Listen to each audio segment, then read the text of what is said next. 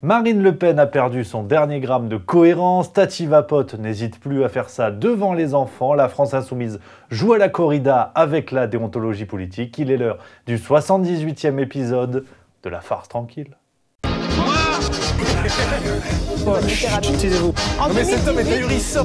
Porte-parole du gouvernement. Ce que vous venez de faire, c'est super. Chers amis, quel plaisir de se retrouver pour un nouvel épisode. Alors celui-là, il n'est pas piqué des hannetons, je peux vous le dire. On est plein gaz en ce moment. On sent que voilà, les partis politiques, là on approche de la fin de l'année, ils ont encore des caisses et des caisses de conneries à nous servir. Donc juste milieu est là justement pour résumer tout ça, vous faire ce résumé politique des 7 derniers jours écoulés. Donc si vous voulez soutenir l'aventure, n'hésitez pas à vous abonner.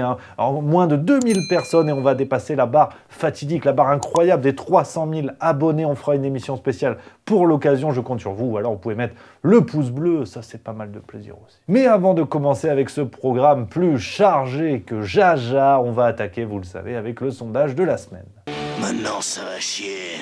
Nouveau sondage cette semaine avec un thème clé de l'actualité des derniers jours. On va justement y revenir, mais cette affaire de l'Ocean Viking, ce bateau de migrants qui a accosté, comme on dit dans le milieu maritime, finalement, du côté de la France, avec des gens qui se sont tirés. On les a foutus au départ dans un club vacances, puis après ils se sont sauvés parce que la justice, on ne sait pas qui de Darmanin, de Dupond-Moretti a pas fait son boulot. Enfin, c'est vrai que le choix est cornélien, mais justement, c'est le sondage de la semaine pour savoir ce que vous en pensez, chers spectateurs.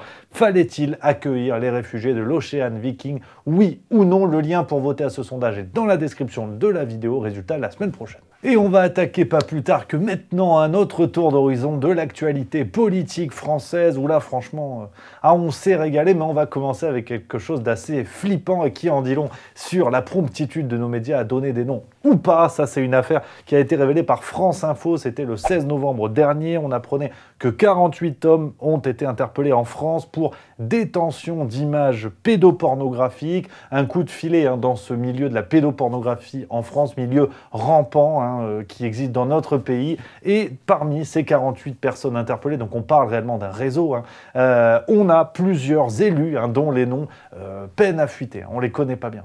On ne connaît pas bien les noms, il y a plus ou moins le nom d'un maire qui a fuité d'un petit village paumé, mais on parle de plusieurs élus, d'après France Info. Donc, qui sont ces gens qui baignent dans le milieu de la pédopornographie? Le mystère reste entier. Je vous avais dit qu'on en reparlerait, cette affaire de l'Ocean Viking, ça c'était BFM TV le 18 novembre, l'affaire de l'accueil des migrants de l'Ocean Viking, les suites de cette affaire où, tout le monde était emmerdé parce que, on va pas se mentir, le gouvernement maintenant, dès qu'il y a un sujet chaud à traiter, tu peux être sûr qu'ils vont faire l'inverse de ce qu'il faut. Globalement, c'est à peu près ça, mais toujours avec cette certitude d'avoir vraiment géré ça au mieux. Et du coup, pour enterrer un petit peu le bazar, Elisabeth Borne a proposé le 18 novembre un statut de demandeur d'asile. Ce que je peux vous dire, c'est qu'on souhaite que ces migrants aient un statut de demandeur d'asile.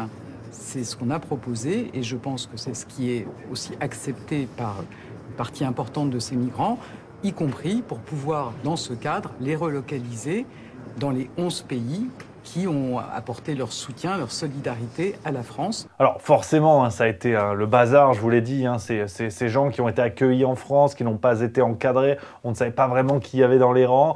Certains ont fugué, 26 mineurs sur 44 ont fugué. D'autres ont été relâchés par la justice pour des bisbilles incroyables, si vous voulez. Donc toute une affaire, finalement, pour pas grand-chose, parce que ils ont circulé, certains voulaient aller en Allemagne. Enfin, c'est véritablement le bazar, mais le plus important, c'est l'aveu d'Olivier Véran, ex-ministre des Picous, désormais secrétaire général aux excuses en bois, sur CNews le 22 novembre, qui nous a dit « Ce n'est pas un fiasco, ça s'appelle l'état de droit ». Alors, c'est pas un fiasco, pardonnez-moi, d'abord ce sont C'est une réussite? Non, c'est ce qu'on appelle l'état de droit. Vous avez des enfants, les enfants, vous pouvez pas les enfermer. La faiblesse de l'état de droit? Mais vous avez les conventions internationales des droits de l'enfant fait que vous ne pouvez pas enfermer un gamin de 12 ans je ne parle pas que des mineurs, je parle des majeurs. Première catégorie. Deuxième catégorie, vous avez un certain nombre de ces personnes qui ont demandé le droit d'asile. Et leur dossier est en instruction. Comme tout demandeur d'asile, ils sont libres, une fois que la demande a été faite, de circuler. Alors, peut-être ne se rend-il même pas compte que ça revient au même aujourd'hui en France. Voilà. Ce qu'on appelle fiasco, eux l'appellent l'état de droit. Mais c'est bonnet blanc et blanc bonnet. Voilà, c'est la même chose. C'est deux mots pour désigner la même chose globalement. Et en fait, c'est un aveu que nous fait Olivier Véran. Tu vois, là encore, on ne peut pas leur reprocher de mentir. Ouais, c'est pas faux. Borne toujours, le 14 novembre, hein, Elisabeth Borne qui est quand même au centre de l'actualité cette semaine. Bon, alors pareil, tu sais, sur l'écologie, bon, t'as bien compris que c'était une vitrine. Hein. Non, parce que j'en vois encore qui disent « Ouais, mais au gouvernement, ils sont engagés. » Ouais. Elisabeth Borne, hein, le 14 novembre, s'est rendue à Marseille pour signer un protocole pour la planification écologique. Ouais. Et le soir même du 14 novembre, hein, sur BFM TV, elle était dans l'émission 2050, Ouvrons les yeux. C'est le truc à la con où il s'était grimé pour faire croire qu'on était en 2050. Ouais. En fait, elle y allait en jet privé. Sur aller-retour, Marseille, Paris. Enfin, Paris, Marseille, Paris, sur le même jour, pour venir le soir dans une émission pour t'expliquer pourquoi il faut défendre la planète. Non, mais parce qu'il y en a certains qui n'avaient pas compris encore qu'on se foutait de leur gueule. Voilà. Au moins, c'est clair. How dare you? Alors, je vous parle jet privé, mais c'est vrai que plus ça va, plus je devrais vous parler vaisseaux spatiaux. Parce que tout ça ressemble gentiment à Star Wars. Au-delà des moqueries, si vous voulez, hein, de sortes de moguls hein, qu'on a au niveau d'un pouvoir intergalactique. Oh, laisse-moi rêver, Dimitri, ça va, j'ai le droit de me croire dans Star Wars. Bon, bah c'est vrai qu'Emmanuel Macron... je pensais que c'était Mélenchon, parce que bon, il y avait les rides, il y avait un truc physiquement. Non, Emmanuel Macron, c'est Palpatine. Hein. Il faut être au courant. Palpatine, c'est le grand méchant dans Star Wars qui, au début, fait croire que c'est un grand gentil. Parce que Emmanuel Macron, il était du côté de l'Asie, sommet de l'APEC, donc grand sommet économique international. C'était il y a quelques jours. Hein, et il a dit nous avons besoin d'un ordre mondial unique. Écoute. Are you on the US or the Chinese side? Because now, progressively, a lot of people would like to see there are two orders in this world. This is a huge mistake. Even for both the US and China. We need a single global order. C'est vrai que moi, je pensais que c'était du complotisme. Je pensais que c'était du complotisme, notamment d'ailleurs à côté d'un logo qui ressemble quand même drastiquement à une croix gammée inversée. Alors, il y a sûrement des symboliques différentes en Asie, attention, ne faites pas dire ce que j'ai pas dit.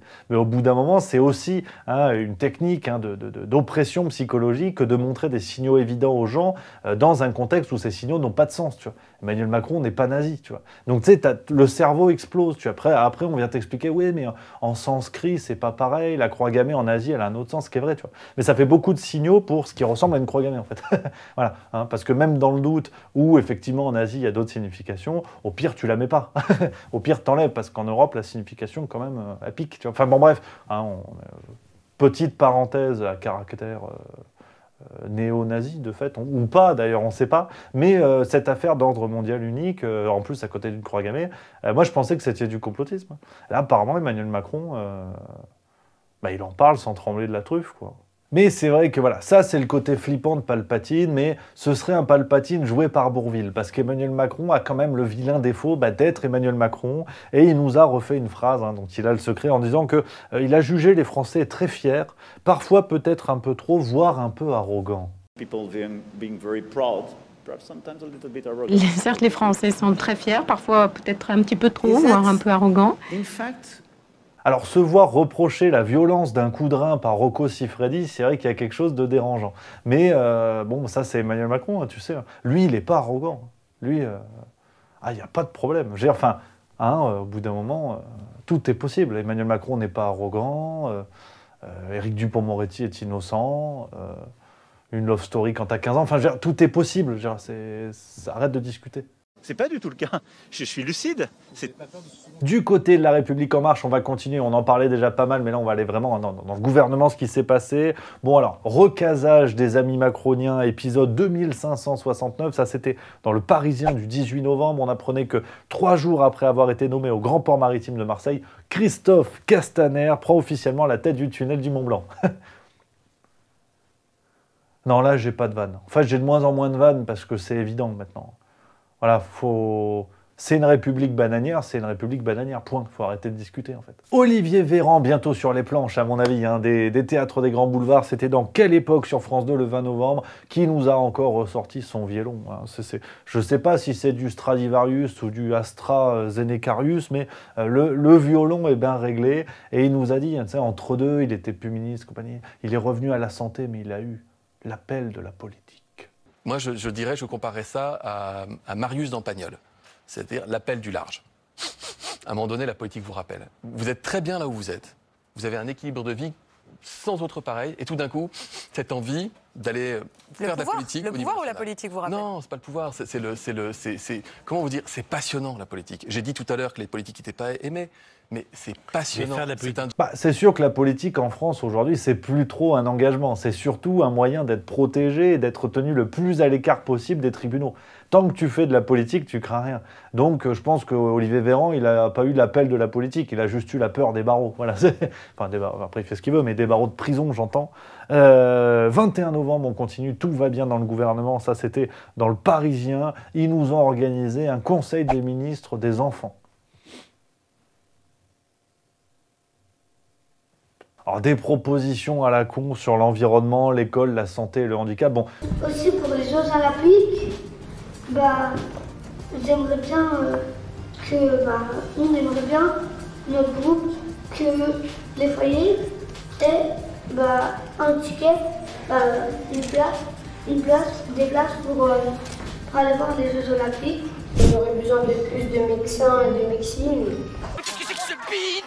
Tu vas me dire, tu fermes les yeux, tu sais pas trop qui parle. Hein. Est-ce que ce sont les enfants ou les vrais ministres? T'as un truc de chaise musicale qui est pas dégueulasse, mais pendant ce temps, t'as Elisabeth Borne en toute souplesse qui vapote à côté des jeunes, à l'intérieur, à côté d'un ancien ministre de la Santé. Parce que si on les coupe tous, on meurt. Voilà. Non mais quand je vous dis qu'ils n'en ont plus rien à foutre, faut me croire. Et puis Tati vapote, c'est vrai que entre 2 jets privés et 2 trains à vapeur électroniques, nouvelle utilisation du 49.3. Désormais un classique, je veux dire, ça commence à chiffrer un petit peu cette fois. C'est sur le projet de loi de financement de la sécurité sociale. Voilà. Tout le monde s'en fout. Maintenant, même l'opposition, ils disent allez, roulez jeunesse. Je crois au débat quand il est mené de bonne foi et quand il vise à trouver des solutions communes. Aussi, mesdames et messieurs les députés, sur le fondement de l'article 49, alinéa 3 de la Constitution, j'engage la responsabilité de mon gouvernement sur la 3e partie du projet de loi de financement de la sécurité sociale. Et puis pendant ce temps, François Braun, un ministre de la Santé, qui brille autant par son absence que par son incompétence, on ne sait pas trop sur quel pied danser, c'était dans le grand jury sur RTL, qui déclare, quand même celle-là, qui va aussi marquer les esprits. Notre système de santé est bon, mais il faut le reconstruire. Et c'est un bon système de santé, je le disais, sur sa structuration, sur la façon dont il est construit, avec la sécurité sociale, qui est un bien extrêmement précieux et que nous devons tous préserver. Le système est bon, la base est bonne. Maintenant, il faut reconstruire avec, aujourd'hui, les personnes que nous avons. Je ne serai pas un ministre qui dit n'importe quoi aux Français. Alors, pareil, tu as petite analyse rapide. Faut bien comprendre la phrase. Il est bon dans le cadre du secteur public, il est bon, c'est vite dit, mais il faut le reconstruire dans le cadre de la défense des intérêts privés. Tu as bien compris qu'aujourd'hui, la fonction publique allait doucement se latter la gueule, à tous les niveaux. L'éducation, la santé, la sécurité. Par contre, ce qui est intéressant, et ce qui est déjà à l'œuvre en Grande-Bretagne, c'est qu'il va y avoir des acteurs privés dans ces secteurs-là. Et ça, c'est intéressant. Après, de là à dire que ces acteurs privés sont en bisbille avec des membres du gouvernement qui, pour certains, ont été banquiers d'affaires en défendant les intérêts de ces mêmes acteurs, j'ai jamais dit ça. Ce serait du complotisme. Et comme dirait si bien Julien Pain et la tronche en biais, si c'est pas dans les médias, c'est que ça n'existe pas. Comparer, varier les sources, regarder ce que les autres médias disent sur un sujet. Si aucun journal, aucune chaîne de télé, aucune radio n'a parlé d'une info, eh bien c'est probablement qu'elle est fausse. Du côté des Républicains, alors aussi très belle actualité, ça on commence le 21 novembre sur LCI avec le grand débat entre les 3 candidats à la présidence des Républicains. Événement sur LCI. Qui d'Éric Ciotti, d'Aurélien Pradier ou de Bruno Retailleau présidera le parti Les Républicains?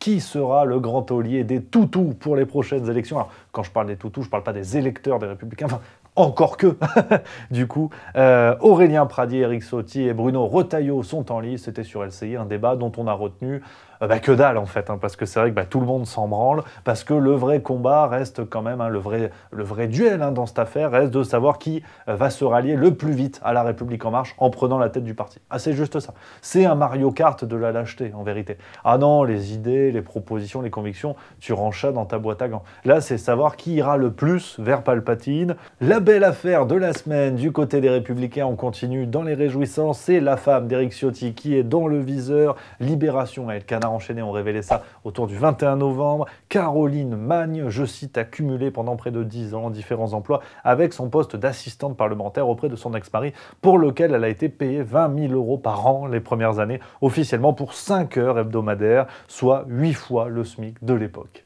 Forcément, le parquet national financier est sur le coup, avec ouverture d'une enquête préliminaire pour détournement de fonds publics, abus de confiance et recel. Le 22 novembre, dans la foulée, on a appris par Libération que Caroline Magne avait transmis un document censé prouver la légalité de son cumul, mais selon les infos de Libération, le contenu de ce document est faux. Enfin, encore une belle affaire à droite, un classique, tu vois, qui semble même un petit peu...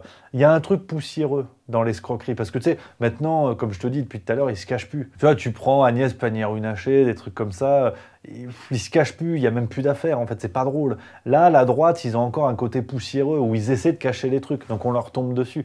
Mais ils sont cons, parce qu'en fait, tu fais comme La République En Marche. Tu voles à ciel ouvert et tu dis, et alors, qu'est-ce que tu vas faire?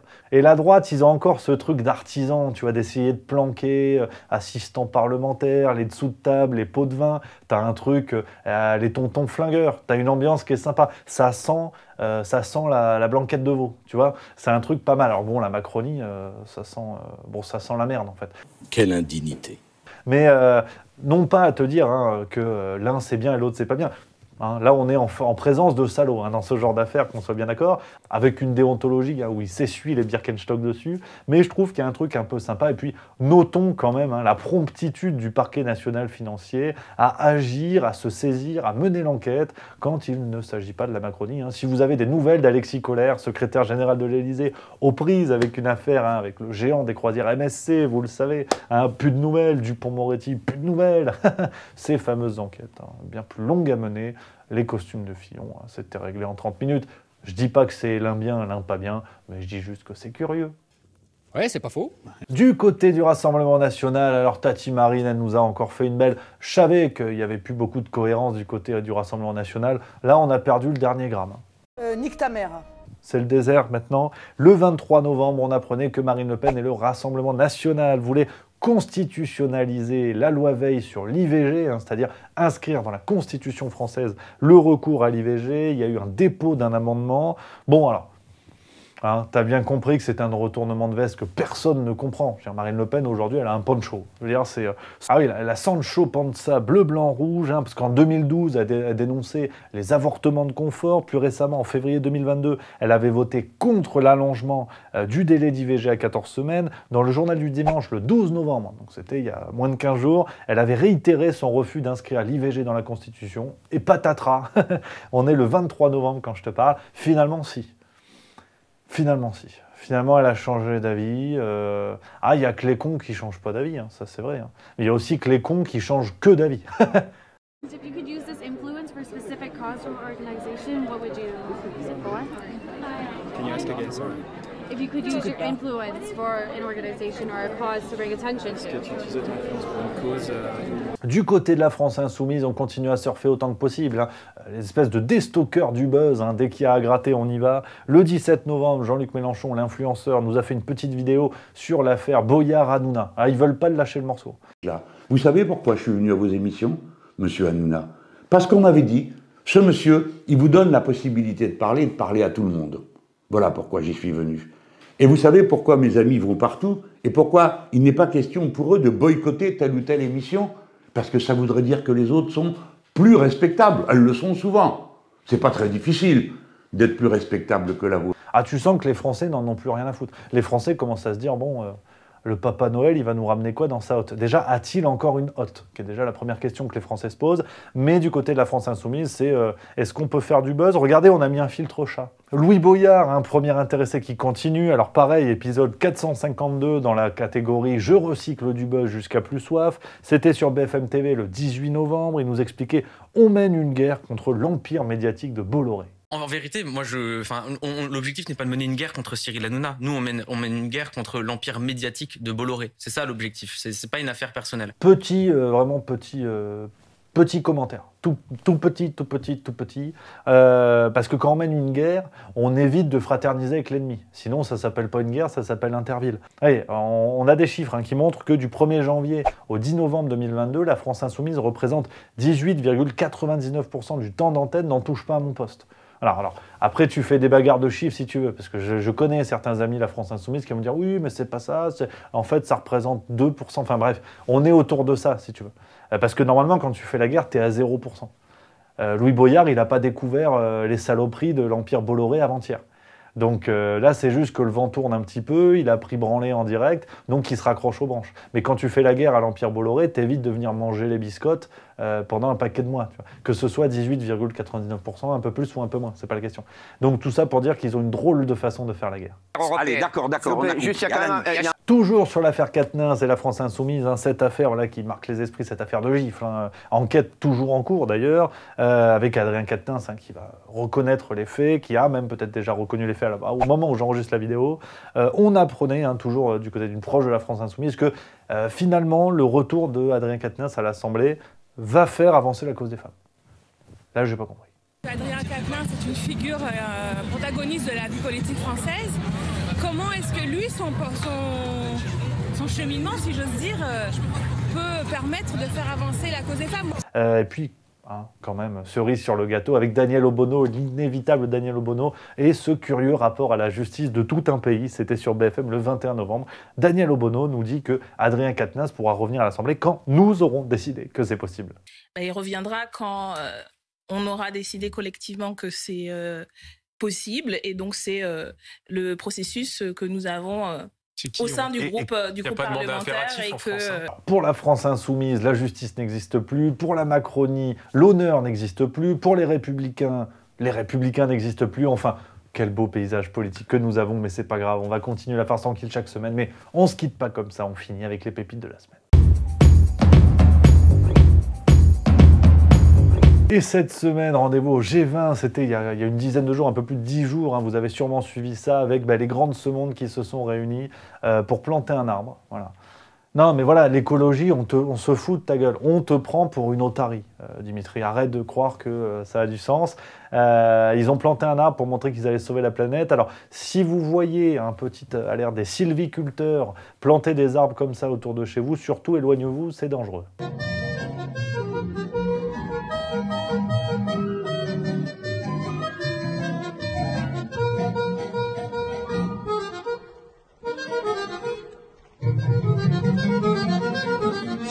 Et une autre qui quand même remonte beaucoup dans notre estime en ce moment, c'est Ségolène Royal qui a vraiment une véritable pépite cette semaine, qui nous a offert une belle pépite sur l'affaire de l'Ocean Viking.